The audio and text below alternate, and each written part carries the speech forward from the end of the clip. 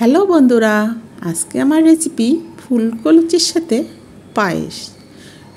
এখন আমি একটা পাত্র নিলাম।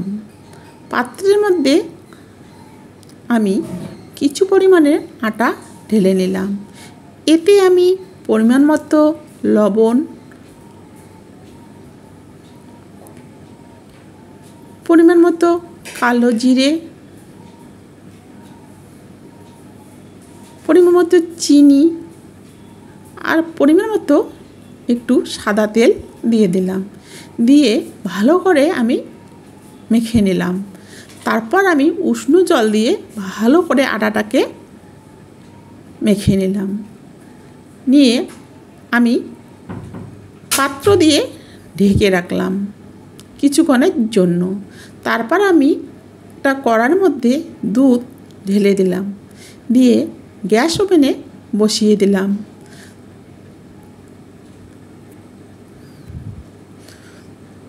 দুধ ফুটে উঠছে। এখন আমি 100 ভোগ চাল ভালো করে ধুয়ে ঢেলে দিলাম। দিয়ে ভালো করে নাড়িয়ে নিলাম।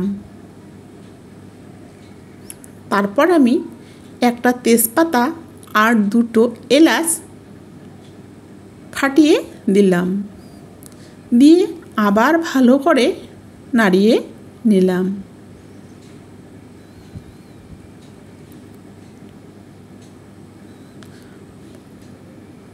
আমার পায়েস প্রায় হয়ে আসছে। এখন আমি 1 কাপ চিনি দিয়ে দিলাম।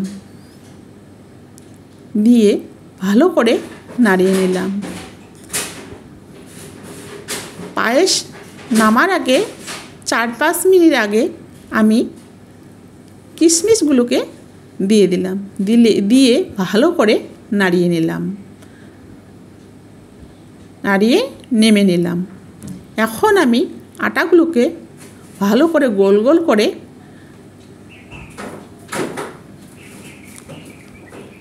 আমি বেলিয়ে নেব। আটাগুলোকে আমি একটার পর একটা ভালো করে বেলে নিলাম। নিয়ে